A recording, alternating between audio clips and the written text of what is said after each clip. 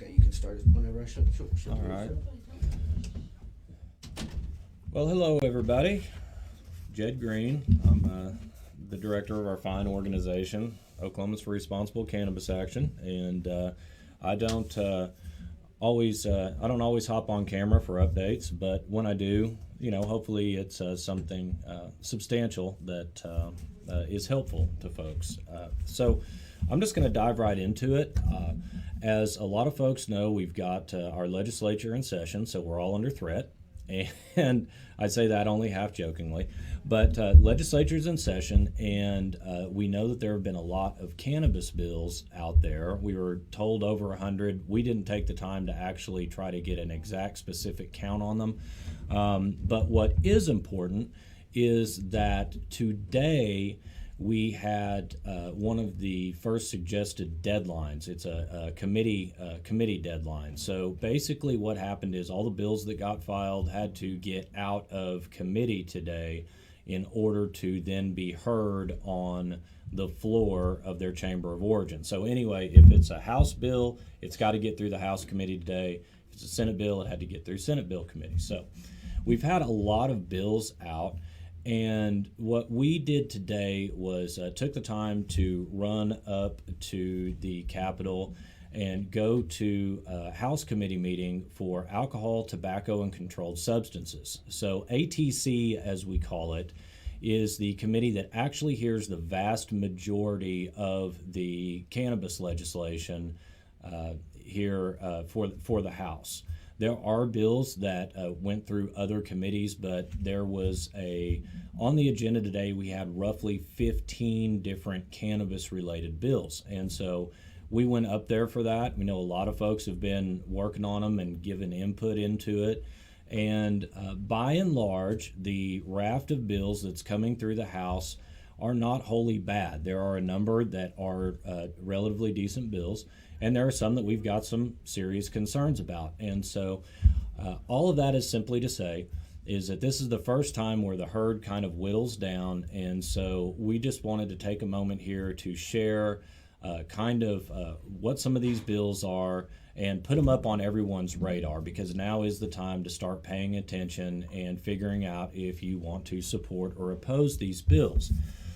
So what I'm going to do is I'm going to start off with bills that are kind of standalone measures and are what we consider relatively uncontroversial or actually do help. Let's start off and talk about what's going on, because we do have folks that are working hard to try to improve our program, and it's not all bad all the time. So I'm going to just kind of run down this list. I'll give the bill number and who the author is, and just a quick kind of rundown on the bill. And I'm going to work to move through this pretty quick because no one likes 2-hour lives.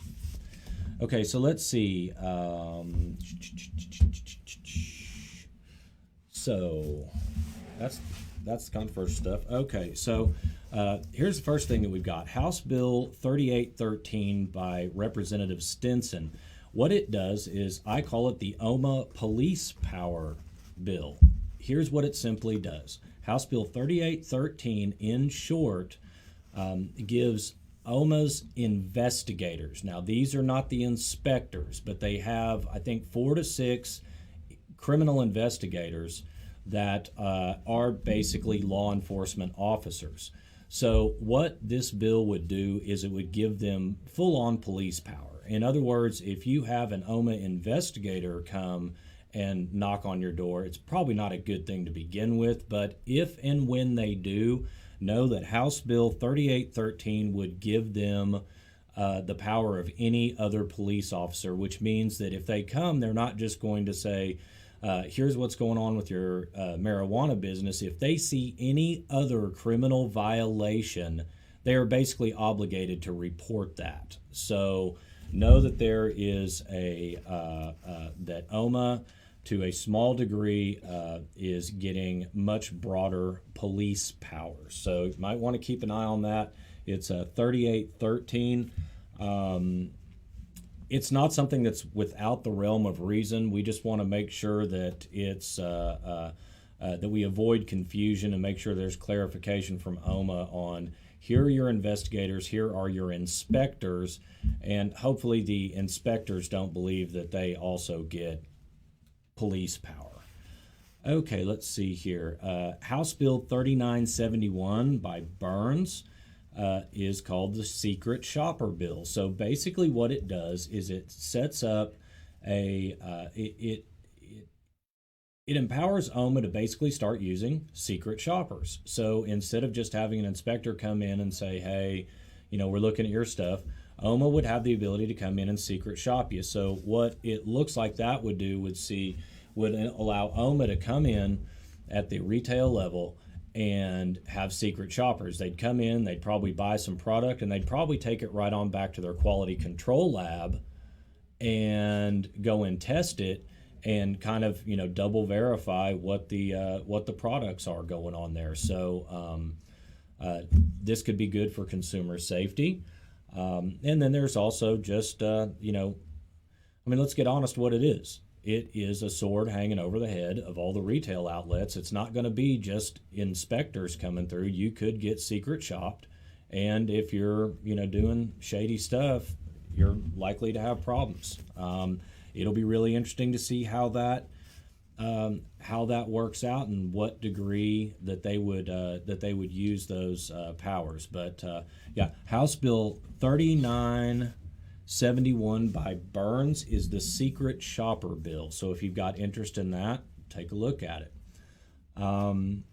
House Bill 3827 by Dobrinsky. Okay, folks, you remember back in the fall, we had the cattlemen, sheriffs, and some others hop out and say, we need a moratorium on licenses because we're worried about herbicide drift hitting outdoor grows. And because our insurance companies are worried about that, we're not going to be able to get insurance if we don't have a moratorium on licenses. Traditional agriculture was under threat for not being able to get insurance. So that was a little far-flung, but it got a conversation going. I got the opportunity to meet with some of the folks from Cattlemen's and some of the insurance folks, and we had some conversations, and one of the things that we pointed out, I'd like to thank a fella, I'm going to put you on blast, a fella named Matt Gard. He's a grower out in northwestern Oklahoma. And one thing that he pointed out was like, hey, for orchards, watermelons, other things that are called sensitive crops, the Department of Agriculture has a sensitive crop registry. Now, folks that are involved in agriculture know this exists, like Mr. Gard did. But a lot of our outdoor growers, a lot of this is like their first foray into agriculture. And so they are not necessarily aware that this sensitive crop registry existed. The purpose of the sensitive crop registry is to put your sensitive crop, again, an orchard, a vineyard, a watermelon patch, to put it up onto a map that the Department of Agriculture has. And if you are on that map, people that are doing aerial spray of herbicides or other herbicide applications are required to check that registry to make sure they're not destroying sensitive crops. And so what House Bill 3827 by Dobrinsky would do would be to require that outdoor grows, not indoor grows, not greenhouse grows, but outdoor grows would be required to register their grow with ODAF for the sensitive crop registry. Now, is that a pain in the rear? It could be, but it's really not. In our talks with Department of Ag and folks, OMA, over the winter, ODAF has been able to we now have our own tab on the sensitive crop registry page. And so you would go, you'd click on cannabis, and you would be able to enter the information, which is basically your grow location on there. Now, I understand that folks may or may not want to be on radar for this, for having their outdoor grows. It's not something that, we've got some concerns there. But at the end of the day, if you're an outdoor grow and you are not on this registry, it really hurts your ability to file an insurance claim if you do catch herbicide drift. And so this is kind of this is probably a pretty good compromise. Probably a pretty good compromise deal, and it eliminates some problems and helps us, as we say out rural, helps us be good neighbors with each other. So 3827 by Dobrinsky. Let's see. Okay, so next, House Bill 4411 by Dick Lowe. Let's see, what did this one do again? Okay, so this bill basically removes the statutory limit on the number of times that OMA can inspect you. Right now, there's a statutory limit in place that OMA can inspect you twice a year. Well, as a lot of our dispensaries, especially urban dispensaries, will tell you, they've been inspected by OMA more than 2 times in a year.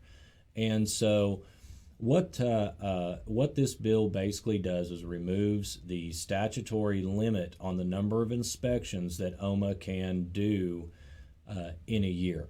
So, it is what it is. Again, we know that OMA had been doing more inspections, and politically, it's hard to say. We don't want inspections. Again, if you're doing things right, then you don't really have a whole lot to worry about. So, there had been that statutory limitation of 2 inspections. OMA is obviously. It may surprise people when we say, well, because OMA's like, well, we're behind on inspections, but then they're inspecting the same locations multiple times without going into all of that. There's an obvious softball to hit there, but that's what House Bill 4411 would do, would allow for more than 2 inspections a year on commercial licensees. Okay. House Bill 3891 by Townley. I call it the drug-free school zone, although that's not exactly what it is. So let's not call it that, Jed. House Bill 3891, what it would do is, it was originally written to prohibit grow operations from being within proximity to a school, which is very similar to what dispensaries have right now. So House Bill 3891 would also prohibit grows from going on within, I believe, 1,000 feet of a school. This was actually amended in committee today. A lot of these were shell, just for the record, a lot of these were shell bills that the actual language on them was just inserted within the last week or two. And so they've all got live language in them now. All of these have passed committee, and so they are headed for the House floor. But what this would do is House Bill 3891 by Townley would restrict grows from being in proximity to schools. There is a question in there. I believe that a definition for pre-K or preschool has been added in there. That could drastically up the footprint, so we need to take a look at that. This bill bears a little bit of looking at. It was amended in committee today to also include processors. So the rationale given in committee was that now dispensaries, processors, grows, none of them can be within 1,000 feet of basically a school building. There is, I believe there is grandfather clause in this, so it would not eliminate or prohibit relicensure in current areas. It would simply prohibit new licenses for grows, processors to fall in line with where they're at with dispensaries. So that's what's going on with that bill. Let's see. Okay, so we had House Bill 2025, which is originally a FETGADR bill. It was picked up. It was basically handed over to Representative Stegall. So Stegall would be the author on it now. And what it requires is that if you're a business, that your license be displayed basically at the entry or somewhere prominently within your business, so that everyone can see that this is a licensed facility. pretty basic. You know, a lot of other businesses have their license posted where you can see it. You know, their sales tax license or other licensure that indicates that it's a licensed business. So pretty basic. Not a whole lot to really get worked up about on that. Let's see. Okay, so House Bill, and again, that is House Bill 2025, originally by Fettgetter. It's now being carried by Stiegel, and it's requiring your commercial license to be displayed in your business. Okay, moving on. House Bill 4055 by Marty. What this is it's a utility reporting bill. This gets interesting, and I don't know that there's necessarily a lot of unintended consequence with it, but it is definitely, it starts to add more layers to reporting.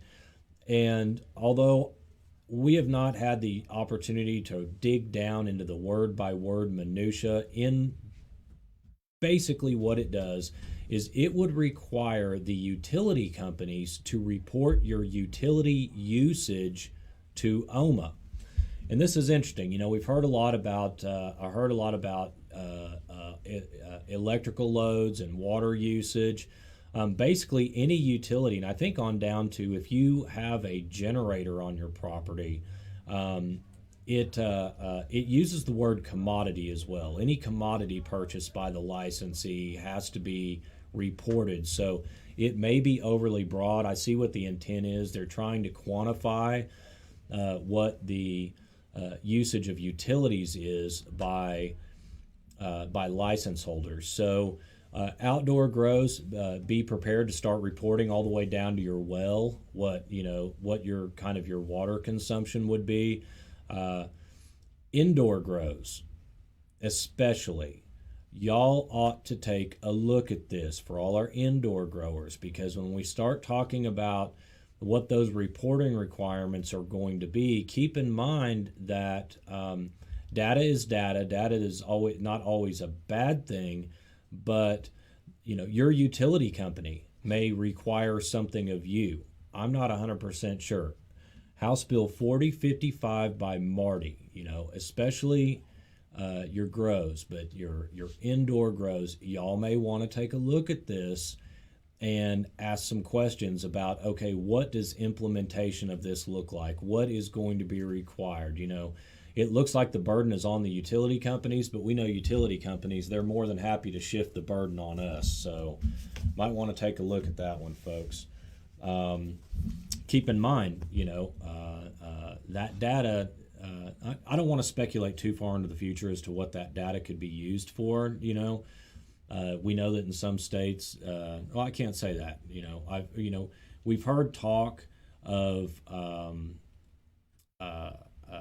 say, well, imagine this situation. Imagine that all of these reports come in and you're running all of your indoor stuff on like HPS or something. Well, what if this data winds up being utilized to mandate that you now have to go all LED?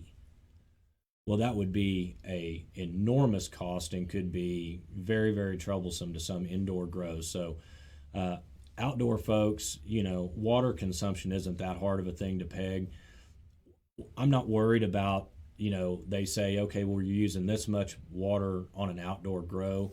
Folks seem to think it's a lot, but I'm telling you right now, we get into these conversations in the future, a cow uses on average 25 gallons a day. We've got 4 million cattle in this state. Center pivot irrigation, for folks that are familiar with that, uses an incredible amount of water. Cannabis grows do not use water nearly at the same level in Oklahoma as what traditional agriculture does. This type of data could actually help us validate that point on that. So there's that. House Bill 4055 by Marty is utility reporting. Okay, let's see. House Bill 4056 by Marty. This is an interesting one. I think a lot of folks are going to have some interest in this.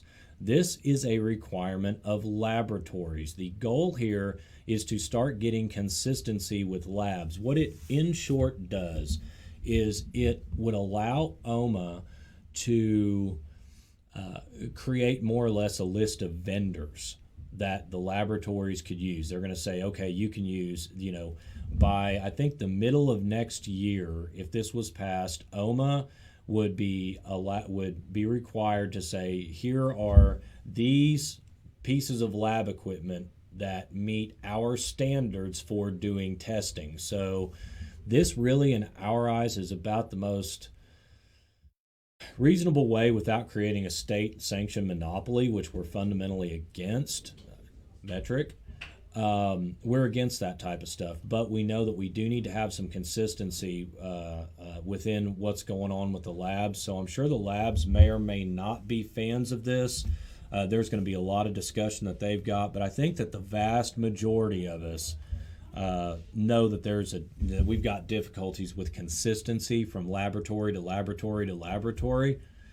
I know that's kind of Captain Obvious, but I just wanted to put this on your radar that House Bill 4056 by Marty works to do something about that. So you might take a look at it, and if you care about consistency in labs, might want to support that one. So let's see what's next. I'm not gonna mess that. There looked like one that got looked like process validation may have been on the agenda today, but it didn't get heard. So I want to do a little more looking at that. It may have gone through another committee. It was loaded up in House Bill 3929 by Pfeiffer. That was process validation, but it's not something that was heard in ATC today. So unless it got heard in another committee, it's dead for the year, which would be a damn shame. Okay, so that gets us through the first chunk. We've got 1, 2, 3, 4. Looks like about 5 or 6 more to go. So this is where it starts to get interesting, and this is where folks need to pay attention.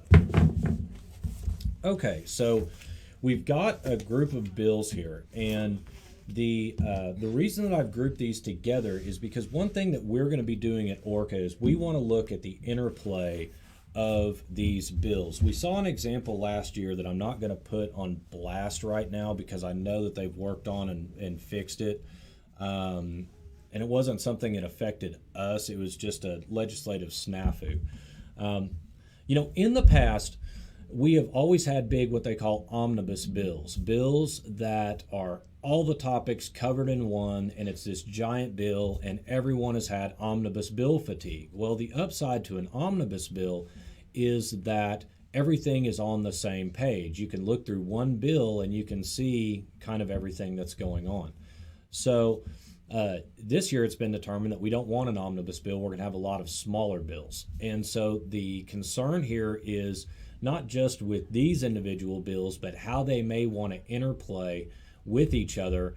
And the difficulty you have is that if you have a bill that would function well with another bill, if one of those two don't pass, you could have a real problem on your hands. So this is going to be interesting and something that's going to bear a lot of paying attention to. So let's take a look here. Where do we want to start this?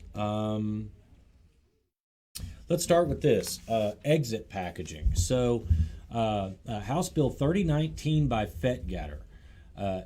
Basically exit packaging. What it would do is it would allow you to package products in non-opaque. You could have clear packaging for your actual products. However, if you utilize clear packaging, what it states basically is that dispensaries would then have to make sure that there is a bag, an opaque bag that the products are put in when you go out the door. Look at it this way. It's like you hit the corner store and you get a 40, they got to put it in a paper bag. You go to the liquor store, they're going to put your liquor in a bag to conceal what's in there. And so that's basically what it would be, is exit packaging.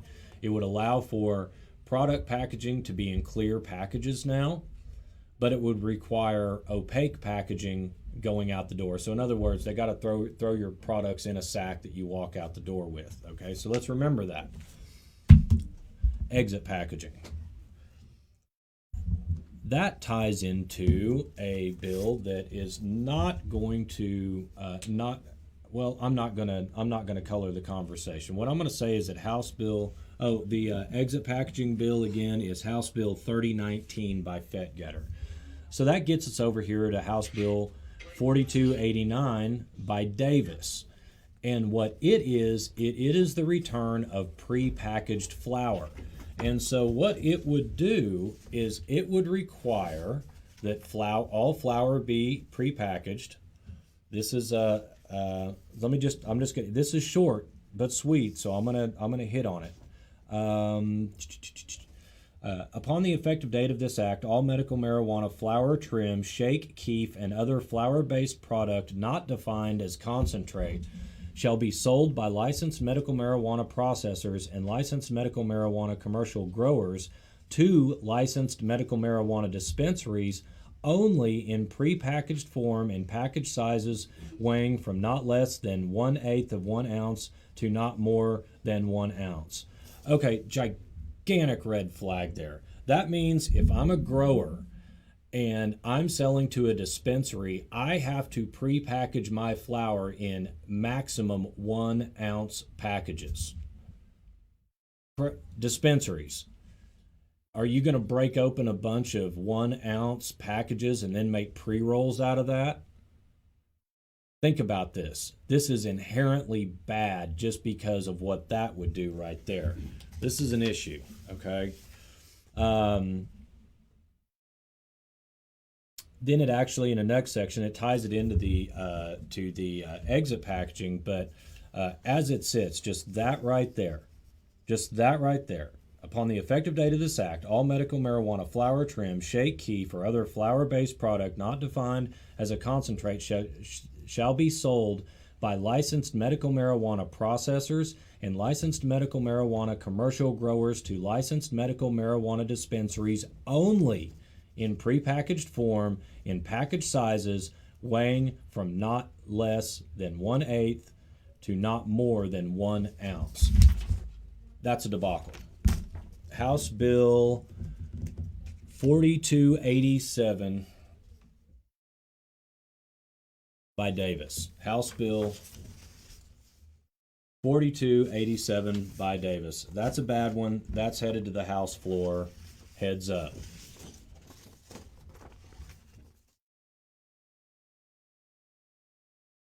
Oh, we almost forgot the next round of bad in this bill. The display and smelling of medical marijuana shall be allowed pursuant to current Oklahoma law, provided, however, deli-style sales shall no longer be allowed. So, in other words, if you want to have your deli-style jars, cool display, that's great and everything, but all it's going to be is any product in there is now unsaleable. So if you want to invest in a pound, 20 pounds on the shelf to look cool and everything, you're not going to be serving out of those. So House Bill 4289 by Davis, organizationally, we're opposed to it. It's a bad bill.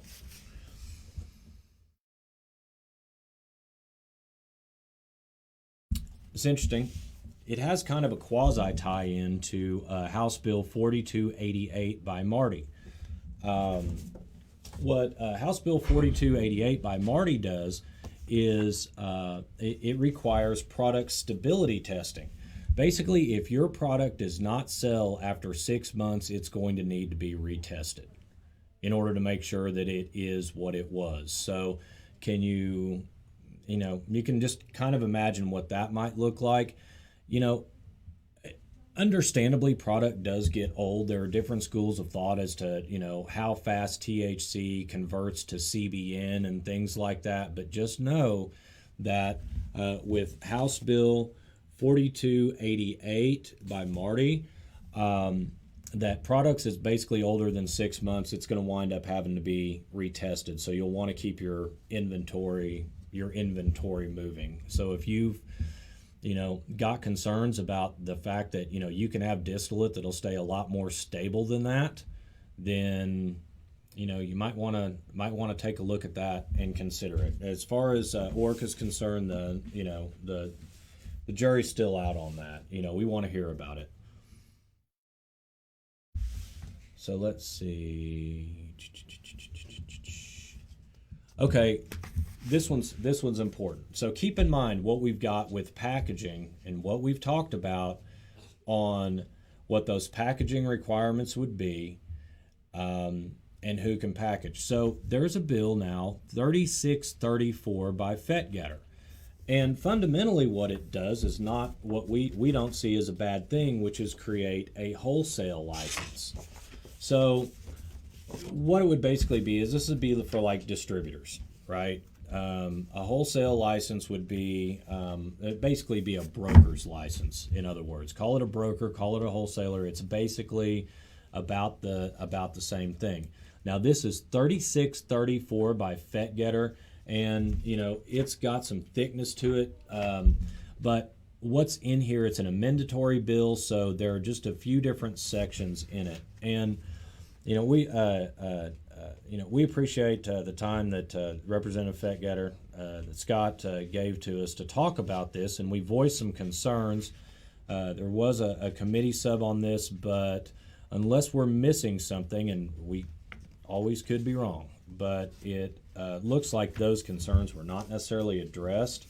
And so let me lay out to you what the big fundamental issue is that we had.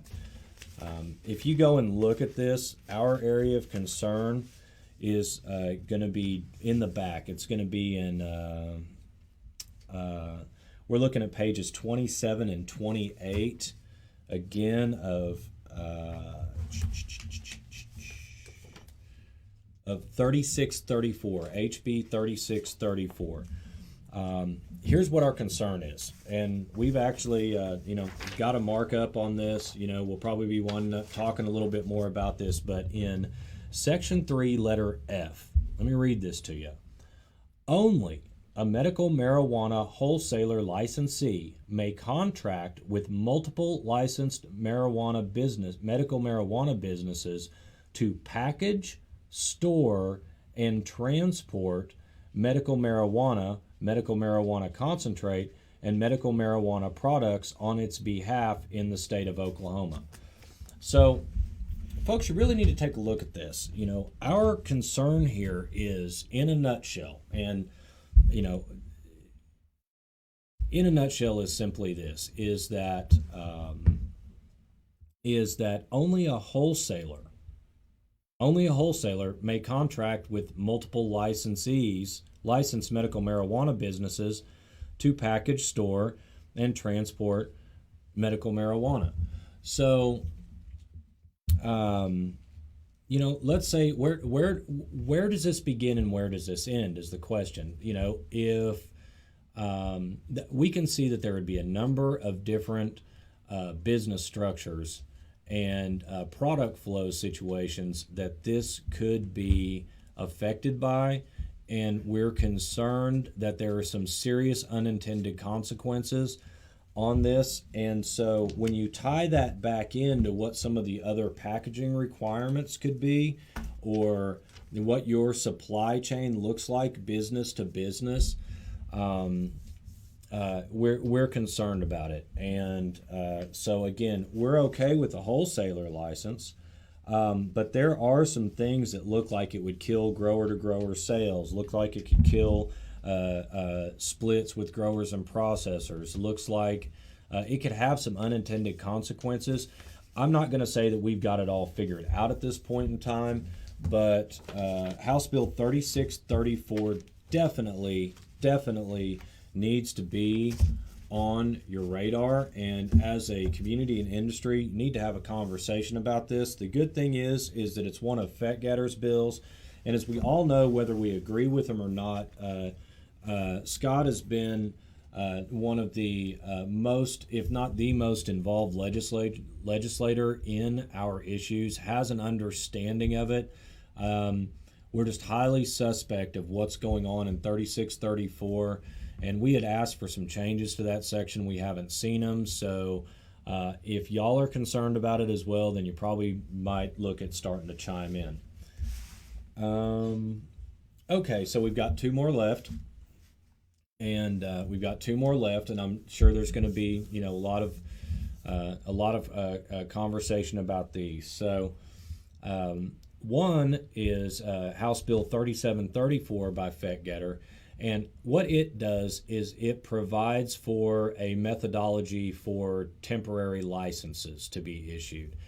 And why would you say, why do we need temporary licenses? Why do we need to address this? Well, there are some uh, there are some situations, obviously, where, especially dealing with certificates of compliance in municipalities, that temporary licenses could be handy. But at the end of the day, what this really looks to be is what would be very much needed mitigation of probably what's going to be the hottest topic here. And again, temporary licenses is House Bill 3734 by Fettgetter. Here we have House Bill 3208 by Cornwell, and it's a moratorium, a license moratorium bill. A lot of us thought that we'd see something like this. In short, basically what it would do is this bill, if passed, would put a 2-year moratorium on dispensary, processor, and grow operations. Let me get the exact language here, and I'm going to read it to you.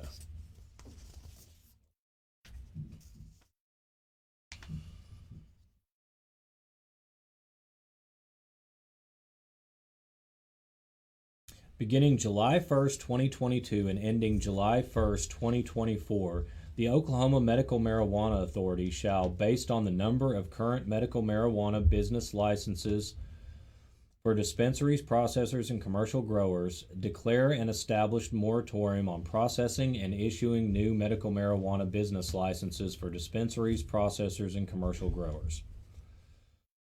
Provisions of this section shall not apply to the renewal of medical marijuana business license for a dispensary, processor, or commercial grower under the provisions of Section 427.14, or to the issuance of a medical marijuana business license necessitated by a change in the ownership or location of a medical marijuana dispensary, medical marijuana processor, or medical marijuana commercial grower, provided, however, the authority shall be authorized to deny the request for issuance of a medical marijuana business license due to a change in ownership if the licensee is subject to disciplinary action.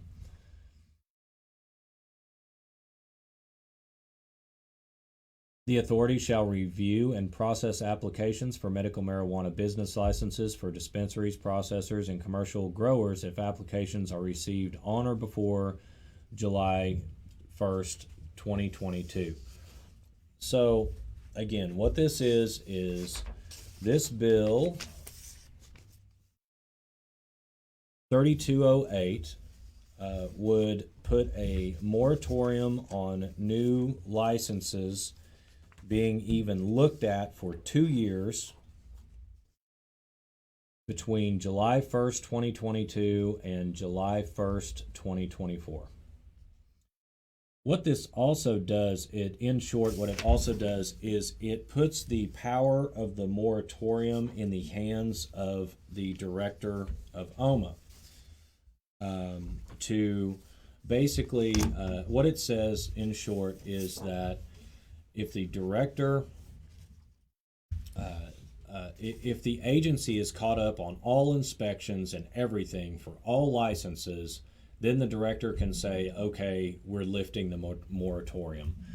That in itself, if there were to be like a reprieve on this inside of 2 years, what happens if, the director determines that after a year that they're at 80% on inspections, that everything is basically going fairly well, but they have to hit this 100% type of compliance in order for the director to open back up the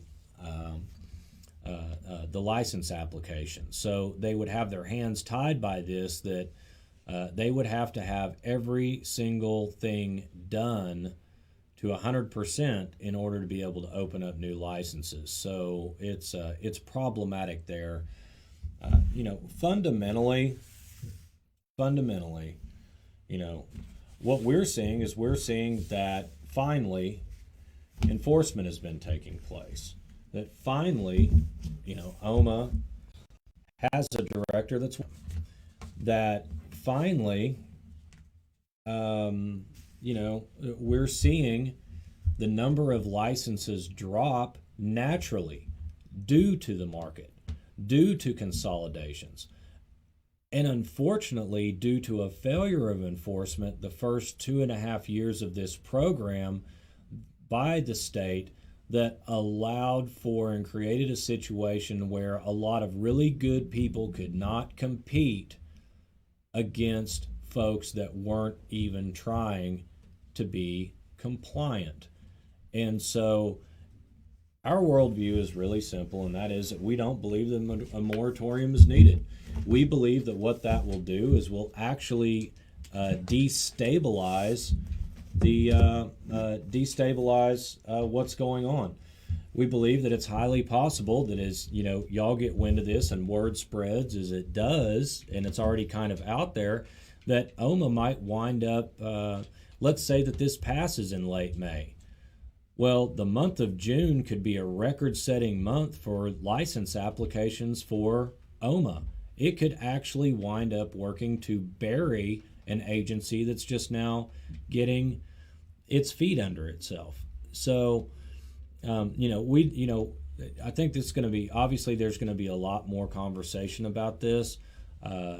Folks may not agree with us on this, and that's fine. We know that that there are a number of folks in the industry that wouldn't mind seeing licenses capped. Doesn't look like that's happening this year. Just so you know, an actual license cap bill, those bills were not heard in committee today. I talked to the author of them today, happened to catch him in the hall, and he's pulled them. So caps are, at least out of the House, are basically dead. There is definitely a live moratorium. We don't think that it's necessary. We see a lot of progress. We believe that moratoriums are too much too late, and that this could really seriously backfire. And ultimately, it'll throw a lot of variables into the market. If you're a business and you're selling your business to another business, the valuations of those businesses are sometimes based on license availability. So it's definitely going to open things up, and we'd like to hear about it. We'd like to hear your comments on it. So that's kind of the rundown on the bills. I'm not sure exactly how long that took, but it took what it took, and we appreciate the opportunity to talk with folks about it. We're going to go start digging up the Senate bills that made the deadline. There are a couple of other random House bills. There is a bill, I can't remember the number on it, but Fettgetter ran a bill that would actually level the playing field in that it would, in short, it would allow for, and this would be really important to dispensaries especially, is it would allow for us to do state tax deductions even though we file as 280E with the feds. So it's something that would really be beneficial, and thanks Fett for that. Anyway, that's what's going on with the current bills. We'd all talked about, don't worry about things until we hit about this point. Well, this point is now. That's what's made it through committee. Any of these can get to the House floor possibly as early as next week, and votes can start happening on this. So there's going to be a lot of action the next couple of weeks, and we just wanted to, make folks aware. If you're watching this video and you've got comments on this, feel free to drop those comments. If you think we're right, you think we're wrong, it's just an opinion. It's our take on it based on our conversations that we've had with a lot of folks and what we see in the community. And we wanted to take the time out just to kind of help with this basic information and just make it available to the public. In the meantime, for anyone that's paying attention to what we're doing based on the initiative petition, State Question 818 and 819 that we have going on, just to let you know, we're still waiting to hear from the court to get a ruling on the challenge that was issued to us. The court referee, our last hearing was 2 months ago. The court referee submitted her report to the justices February 1st. And so at this point in time, we are simply awaiting a ruling from the court.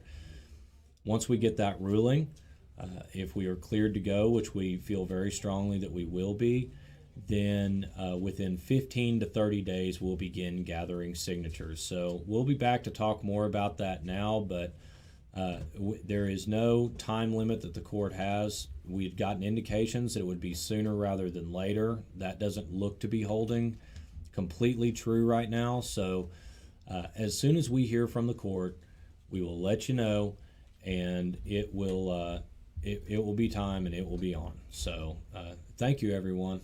Talk to you soon.